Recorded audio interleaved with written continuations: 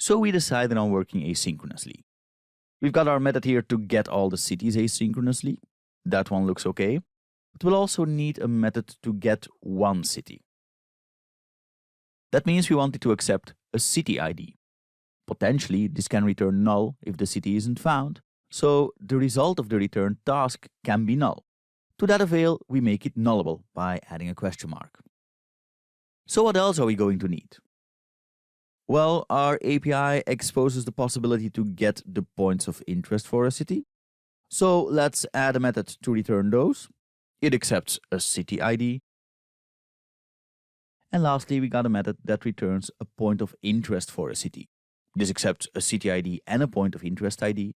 And potentially the result can be null, so we need to make the point of interest that's returned nullable. That's it for the contract for now. Then we need to implement it.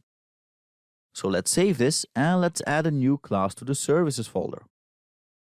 We'll name that class City Info Repository. We want this class to implement our contract, so we have it implement the iCity Info Repository interface. And there we go. This is the place where we provide persistence logic. We might need the city info context to do that, and only that, but it might as well be a mix. For some methods we could use Entity Framework Core, for others we could call a service, and so on. The importance lies in the fact that, for the consumer, the implementation is of no interest whatsoever. The consumer is ignorant of how the iCity Info Repository contract is implemented. In our case, we just need the city info context. So let's inject it through constructor injection. We'll need to import the cityinfo.api.db context namespace for that. And let's name the parameter context. Now let's store it in a private field and add a null check. On to the implementation of our methods. We'll start with getCitiesAsync. By the way, this is also the place where we can provide additional persistence-related logic, like ordering the cities. So let's see what we want to do here. We want to return all the cities asynchronously. That means that inside of this method, we will call into a method we want to await, which also means that we need to apply the async moniker to the method signature itself. And what do we want to return here? Well, we want to return the list of cities. We can get to them by calling into cities on the context and then calling into toListAsync. That's defined in Microsoft.Entity Framework Core, so let's import that namespace. This will return all the cities asynchronously. Now, as mentioned, we can add additional logic, like ordering the cities. Let's do that. So we pass through an order by clause, stating that we want to order the cities by name. This is just link at work. And that takes care of that method. As you remember, when getting a city, we included the points of interest for that city. The in-memory data store automatically did that. But now we can choose to include them or not. So what we're going to do is not include them when returning a list of cities, but allow the consumer to choose whether or not they must be included when fetching a single trip. That means we need an additional parameter in the getCity method. A boolean, include points of interest. And we'll also need to put that one in the contract.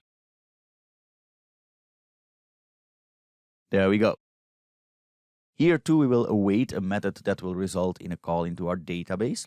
So we need to mark the method with the async moniker. And we can check the include points of interest boolean to include the points of interest if this one. So in this method, we check if include points of interest is true. If it is, we return the city with matching city ID, including its points of interest.